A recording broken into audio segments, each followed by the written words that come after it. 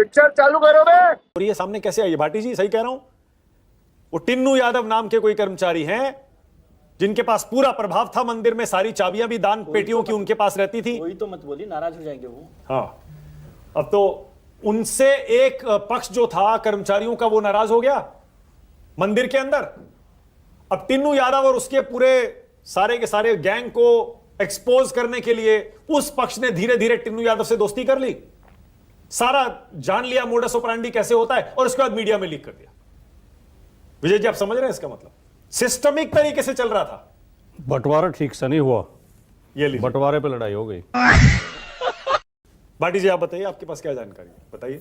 नहीं, मैं आपने तो सबसे पहले समाजवादी पार्टी ने उठाया था, बताइए। मैं तो ये कहना चाहता हूँ कि विक्रम सिंह जी ने बहुत स्पष्ट और कड़े शब्दों में सच्चाई बयान की, लेकिन क्योंकि वो गैर राजनीतिक व्यक्ति हैं इसलिए कुछ चीज़ गोलमोल भी कर गए। उसे मैं क्लियर कर देता हूँ। जो मुख्य अभियुक्त के तौर पर सामने आ रहे हैं, जिन पर मुख्य आरोप हैं, जिनकी देख रेख में ये सारी चोरी और डकैती हुई है, उनमें सबसे प्रमुख है चंपत राय। बात तो सही है। दर्जनों उदाहरण ऐसे हैं कि जब किसी चोरी की शिकायत चंपत राय जी से की गई तो शिकायत करने वाले को हटा दिया गया। ईंटों में चोरी हुई, शिलाओं में, जमीन खरीद में घोटाला हुआ, निर्माण के ठेकों में 40% कमीशन लिया गया, जेवर, सोना, चांदी, हीरे जवाहरात गायब कर दिए गए, कैश में चोरी हुई और लगातार शिकायतें की गई और जिसने शिकायत की उसको हटा दिया गया। तो सबसे बड़े चोर चंपत राय। चंपत राय कौन है? विश्व हिंदू परिषद के आदमी हैं। दूसरे अनिल मिश्रा कौन है? विश्व हिंदू परिषद के आदमी है। गोपाल राव कौन है? विश्व हिंदू परिषद के आदमी है। गोविंद जी कौन है? विश्व हिंदू परिषद के आदमी है। ये तो रुको जरा, सब्र करो। चार मुख्य संदेह है इनके ऊपर, और विश्व हिंदू परिषद का आदमी बैठ के आपके शो में कह रहा है भाई इस पर राजनीति मत करो।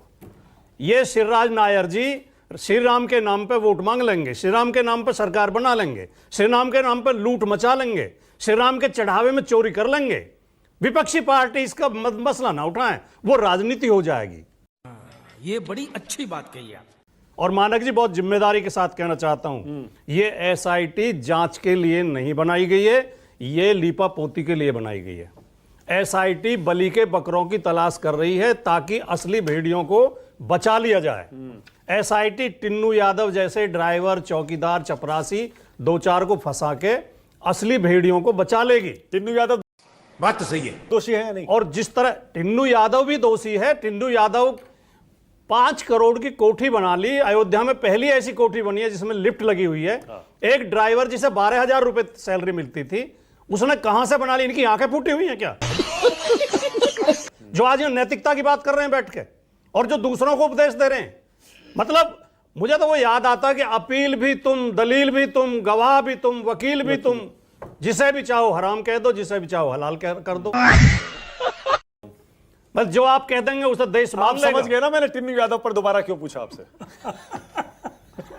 नहीं, मैं तो खैर नहीं समझ पाया, लेकिन भारतीय जनता पार्टी के लोग, भारतीय जनता पार्टी के लोग इतने बेशरम लोग हैं कि इस चोरी पर शर्मिंदा भी नहीं हो रहे। टिन्नू यादव को अखिलेश जी का रिश्तेदार बता रहे हैं।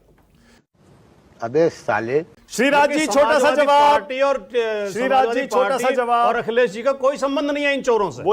बात तो सही है। बोलिए श्रीराज जी। मैं एक बात तो लास्ट कह दूं मैं। श्रीराज जी, श्रीराज जी, भाटी जी 25 सेकंड कंप्लीट कर लें।